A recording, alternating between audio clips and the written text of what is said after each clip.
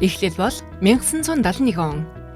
Америкийн нэгдсэн улс ам долларын алдад хүрэх боломжийг зогсоож 1944 оноос баримталж ирсэн алтыг хөрвүүлэх Бреттон Вудсийн системийн гол тулгуурд нурсан. Энэ мөчөөс алд хатуу тогтоосон үнээс салж чөлөө зах зээл дээр инфляц ба итгэлийн индекс шиг хөдөлж эхэлсэн.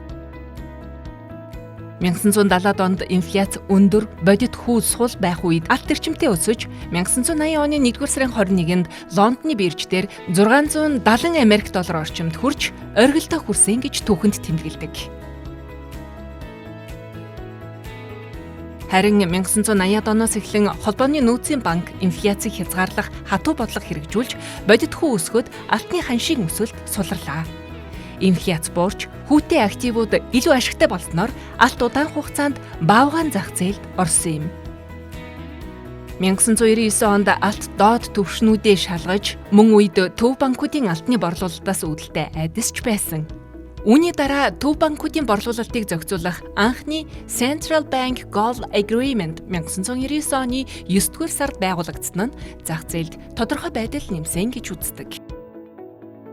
2000-ад онд алт дахин хүчтэй цикл рүү орсон. Нэг том өөрчлөлт нь алтанд хөрөнгө оруулахад хялбар болгосон ETF буюу биржийн арилжаанд нэвтэрсэн явдал байлаа.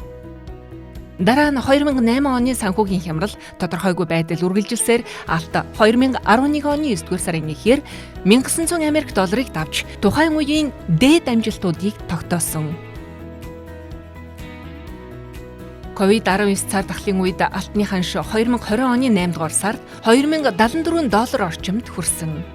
2026 он гарснаар 5000 давж 1-р сарын 28-ны өдөр 5500 давсан тухай мэдээллүүд гарлаа.